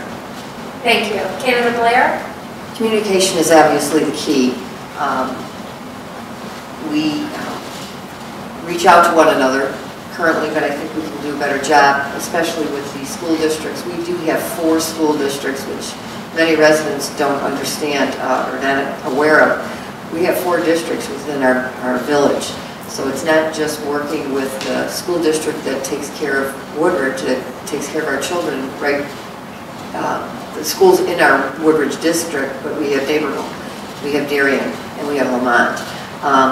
And as Trustee Martinez already spoke of, that's the lion's share of our tax bill. The other thing that I think the village has done over the last few years, the town meeting, we have invited all the other taxing bodies to the town meeting to interact with the residents so they can ask questions, and I think that's been very beneficial as well. But we need to continue communication and expand it. Thank you. We're going to try to get through 2 more questions, and I love these questions. These are really thoughtful questions, audience members, and this is your chance to shine. And we're going to start with Candidate Abbott. Is there any issue or issues we have not touched upon this evening that are important to you as a candidate? Well, I mean, I think the real focus has to be on the economic viability of the village. So I mean, that's kind of been touched upon through various questions. But I think, you know, we need to realize that we're in a different environment now. You know, we're a village that's basically built out. We don't have any great options for new revenue streams. And we can't keep going back to the taxpayer. So it really, I think we really need to focus on coming up with a different business model to deliver the core services that the people expect us to give at a great high level. And that's going to be quite a challenge. And so to me, the one thing that we can't do enough of as a board is to figure out a better way, because there's a lot of storm clouds coming in on the economic front. And if we want to keep having a great police department, keep having a great public works department, we're going to need to come up with a slightly modified business model. Thank you. Candidate Martinez. Yes, I believe, and it's been touched upon already, but one of the things that we should be looking ahead over the next couple of years, if not longer, is our capital expenditures. The potential expansion, relocation of police and public works would be a major capital requirement. In addition to all the other infrastructures that we need for these buildings, this building needs renovations, roof have to be repaired, and they are already aging, even though it looks like a very nice facility. There are costs that we're going to have to incur. So these are things that we need to keep in consideration, the capital expenditures that we're going to have as we move forward over the next few years. Thank you. Candidate Krusek? I guess what I would say is that one of the things that is kind of interesting is when you hear about all the things we've been discussing, it all kind of works together. Business development leads to increased revenues, which leads to money for capital improvements, which leads to other things in a better community. So working all of this out together in new, innovative ways, where we may not have thought about it before, where we may not have worked with other taxing bodies before, that is going to be what we need to do going forward. And without that, everyone's going to be hurting, because we're not going to be getting the money that we used to be getting from Springfield. There's somebody down there now who says, we don't have it, can't give it to you. So. Thank you, Candidate. Candidate Mast. I'm going to take this in just a little different direction, and this is really a reflection of many conversations that I've had meeting with residents over the past several months. The recurring theme is a concern for affordable housing for seniors, and so this is a little different direction. But our senior population, those that are 65 and older, has increased from 5.3% to 8% in the past 10 years. And the 55 to 64 age bracket has gone from 7.5% to 12.4%. So, and this is a recurring theme and a concern. Our residents love Woodridge, but many seniors say, you know, I just can't afford to stay where I'm at, but I really don't want to have to move. So the Alden project, Woodridge Horizons, is a first step. Very proud to have been part of that project, and we need to do more. There's many different types of innovative arrangements that can be part of our plans for the future to support seniors in our community. Thank you, Candidate. Candidate Blair? We need to focus on the capital expenditures, as it's already been said. One of the other things we need to really focus on is also Seven Bridges. We need to really bring life back into that area. It's already been talked about that there's a lot of empty storefronts. If we can do something to energize, I know they formed, the businesses at Seven Bridges formed an association. And I think it's important for us to support that association to try and help them bring businesses in, going to bring more revenue, more sales tax to the community. Thank you. Candidate Kagan. The big thing about what issue is most out there, you know, as we look at our community, what are the needs of the community? And I think that is already being addressed through our dialogues with our many residents, through the Villages Town meeting, through opportunities such as other forums, coffee with the mayor and board. It's to listen to what our residents have to say, to then respond to those residents with not just a, we're going to look into it, but to spend the time and effort to look at the resident's question and then respond to the resident's question with an idea, a proposal, a plan. All those things unfortunately revolve around the other issue, and that's how does the village deal with funding. And then that's where the opportunity of the village to look at the other revenue ideas that have been talked about, other ideas that the village may not have thought about, or aggressively going and working with our state legislators to try to find those dollars to send Woodridge's way. Thank you, candidates. And I think the audience teed this up nicely for your final question that will lead you right into closing comments. We'll start with you, candidate Martinez. What specific experience makes you a good candidate for trustee, and why should people vote for you? Well, I think I'm a very thorough individual. I focus on everything that I want to do and achieve, and I will follow through on every commitment that we have made or that I have made to the residents of the community. I believe that strength of character is something that's very important to individuals that are in the village board, and over my 35 years of experience in business, senior management, I think that I achieved that, and the fact that I have a lot of budget experience, along with everything else that I learned, will allow me to service the residents the best possible way. Thank you, candidate. Candidate Krusek? Well, for 13 years that I've lived here in Woodridge, I've been committed to serving Woodridge. I'm viewed as a community and a business leader. I've been in charge of the Chamber of Commerce as their chairman. I'm involved in many different organizations and parts of the village, and that gives me kind of an advantage because I work with a lot of these people that we're talking about working with tonight. I guess basically just being able to say that I have been here for that long and been committed and working in all the organizations that I work in speaks something to the commitment that I have to the community, and so that's why I think I would make a great trustee. Thank you, candidate. Candidate Mast? I think probably my biggest skill is being able to be an excellent listener, and I'm very comfortable in taking many perspectives into consideration over and above self-interest. I'm very committed to the voice of the village, and I'm comfortable respecting different points of view that may not be my own, but that is a responsibility for a trustee to represent the village and not maybe your personal preference, and that's something that I'm very good at. In addition to, I've shared with you I have over 25 years of executive experience in government and nonprofit organizations at senior level. So managing money and working with a very diverse workforce in large numbers is something that I'm comfortable with. I'm able to make tough decisions and have always operated with high integrity.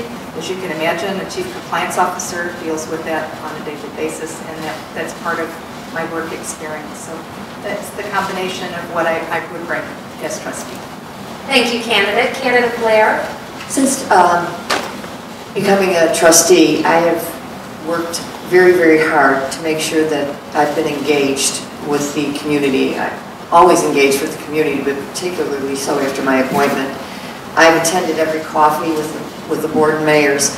I've attended many of the DuPage mayor and managers conference functions.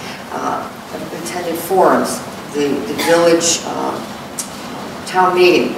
I made sure that I was at as many functions as I could possibly be at to interact with the residents, hear their concerns, listen to them, and bring that back to the board and see what we can do to address those. I'm on the Illinois Police Officers Memorial Board, been on there for 25 years. I know what it's like working on a board, working with other board members.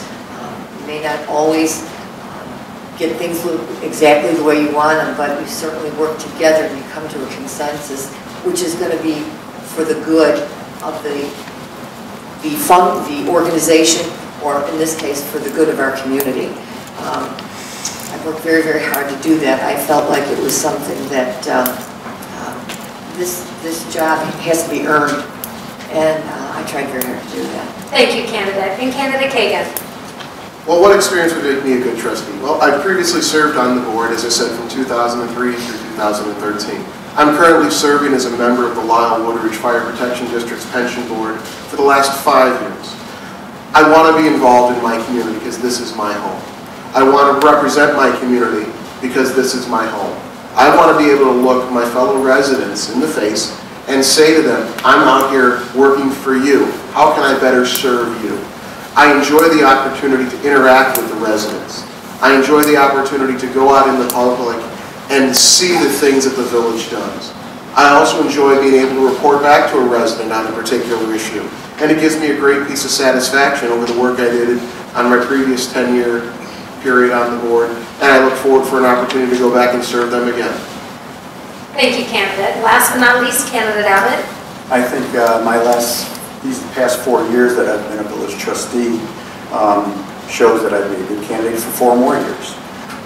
To me, to be a good trustee, you have to have a set of core beliefs. You have to have something that drives you. You have to have a mission when you're here.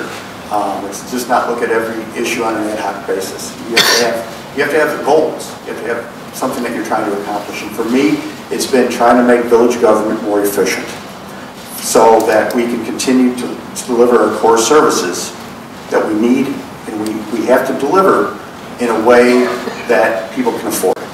And that's been my motivating force for the last 4 years. I look at everything that comes across the village board through that prism, and I've done everything I can to be the best friend the taxpayer has, and that's why I voted against property tax increases for the last 4 years. Thank you, candidates. And now we'll move to the closing comments, and we've already determined the order of speaking.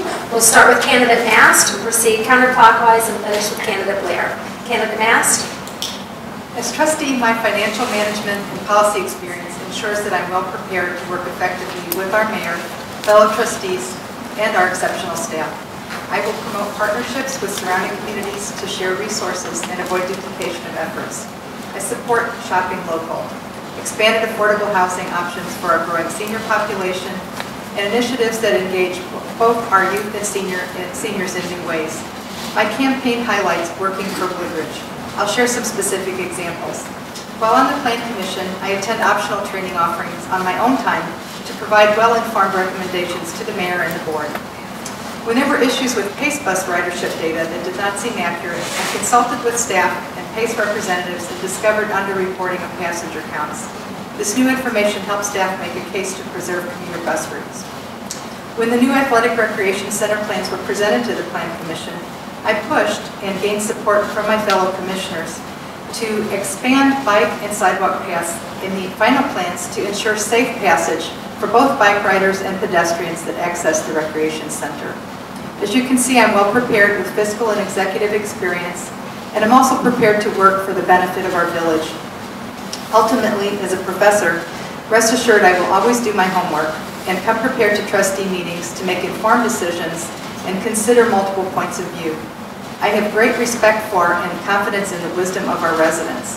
When residents are armed with information, good decisions can be reached. One of my favorite sayings is, God gave us 2 ears and 1 mouth for a reason. I am passionate about our village and dedicated to serving our citizens. Your vote for me as trustee assures you that you have someone on the board that is committed to listening to residents and acting truly to represent residents' concerns. Thank you.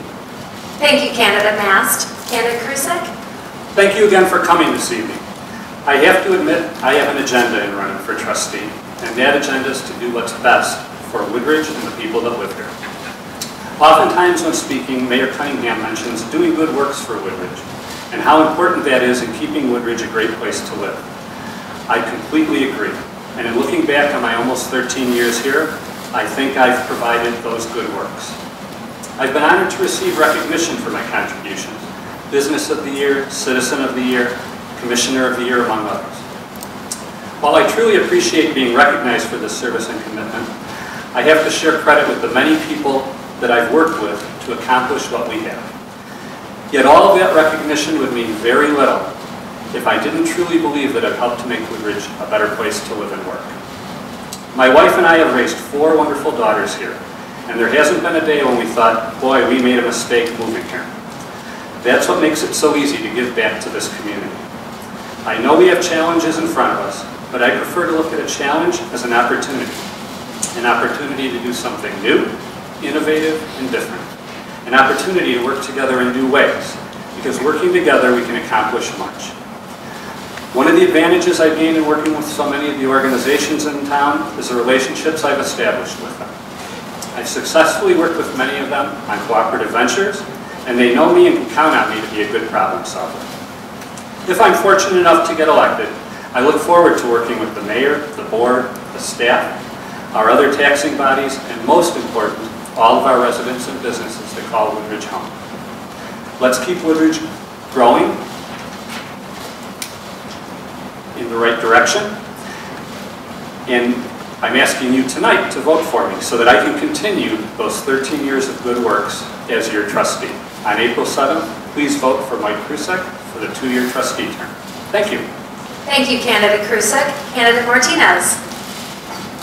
Tonight, you heard all of us up here discuss issues that impact our community. However, I believe the most important outcome is how we, as trustees, address these issues based on our communication with you, the residents of the community.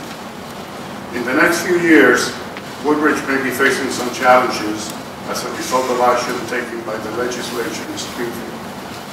Our village is in very good financial position, and we must ensure that we maintain the best level of service in a fiscally responsible manner. As we have said earlier, working with the other taxing bodies, as well as pursuing other sources of revenue, is an opportunity. As a residential community, which we are, I support new housing developments that will enhance the village image, while also supporting the commercial and industrial businesses. As I said earlier, business retention and attraction of new users to fill vacant spaces are also key aspects of our economic development effort. And let's not forget our seniors. They're a very important part of this community. We need to do whatever we can to assist with their needs. I have been involved in village government for more than 20 years. In addition, I have served the community as a member of the board of directors of Hope's Front Door, member of the Woodridge Rotary Club, and a founding member of the Diversity Forum here in Woodridge. During my career in the public sector, I held different senior managerial positions for more than 35 years. This background provides me for a unique experience that will allow to understand and better serve the residents of our village. I have enjoyed my tenure as a trustee, even though short, working on behalf of the residents, and ask for your continued support in the upcoming April 7th election. And before I conclude, I would like to take a moment to recognize the League of Women Voters on their 95th anniversary. I congratulate you on your many accomplishments, and thank you for an excellent forum tonight. Thank you, Candidate Martinez. And Candidate Abbott? All right, well, thank you for being here. I know we all have busy schedules, and I think there's a Blackhawk game on tonight, so I'm impressed by the turnout.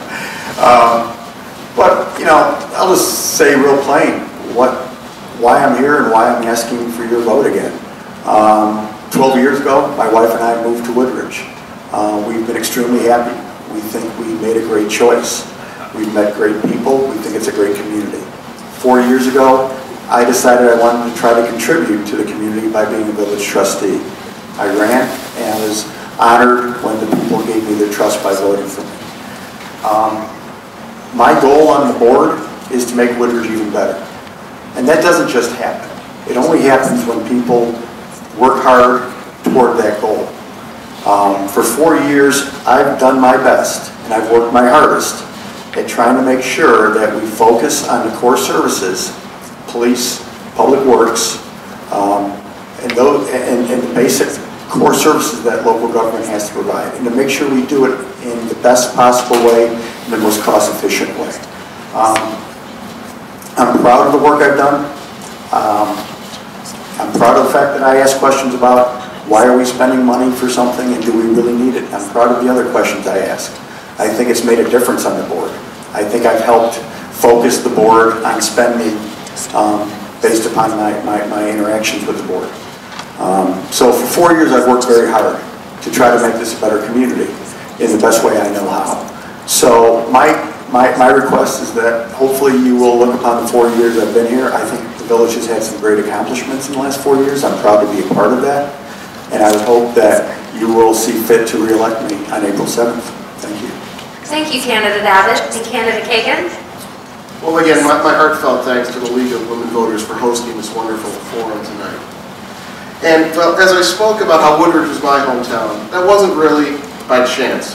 My late father served as the village's first chief of police when Woodridge was nothing more than a small area on 75th Street between James Avenue and Woodridge Drive, and then later on as one of the village's mayors. My mother, she started and worked as the first library administrator. My late cousin, Father John Klepfer, started St. Scholastica Parish, right here in Woodridge. So again, as I share with you, I grew up on the ground floor of this community, and I seek to again serve you, the residents.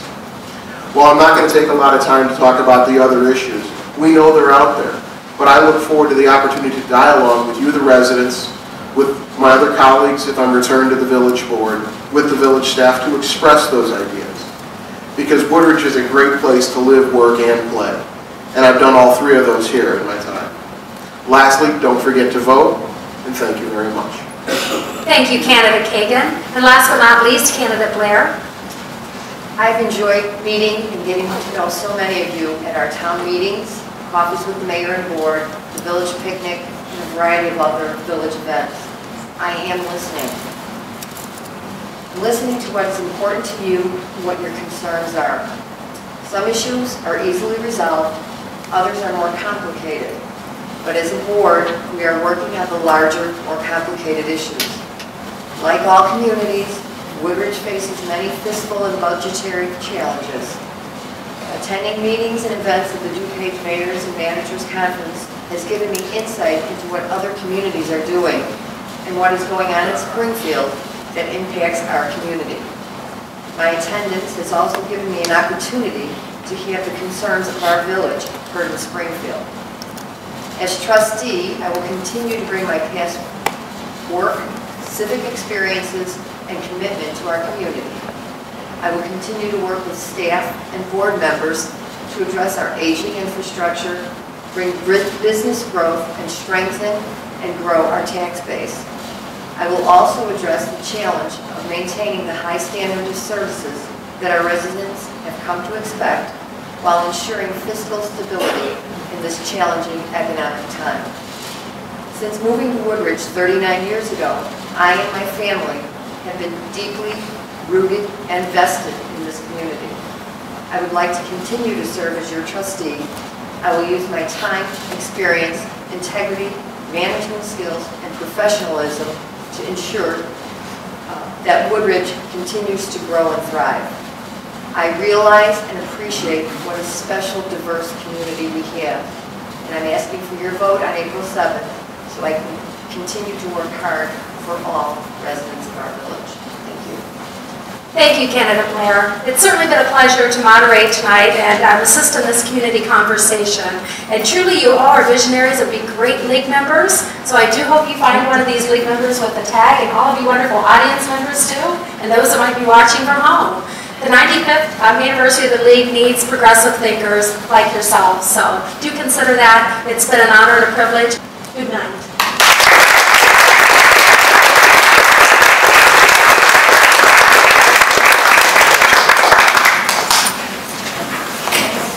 Early voting begins Monday, March 23rd.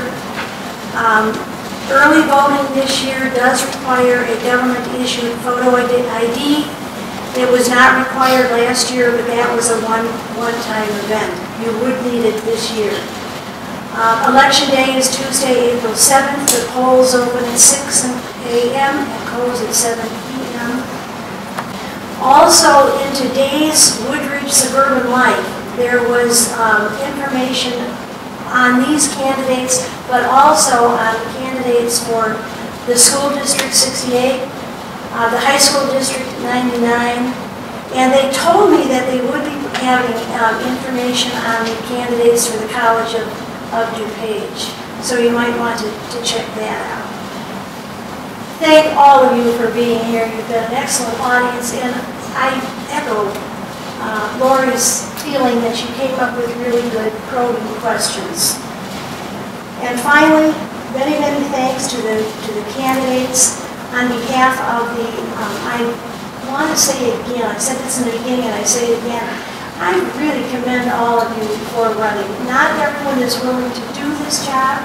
These are jobs that have to be done. So thank you from all of us, and on behalf of the league, I wish you all the very best of luck.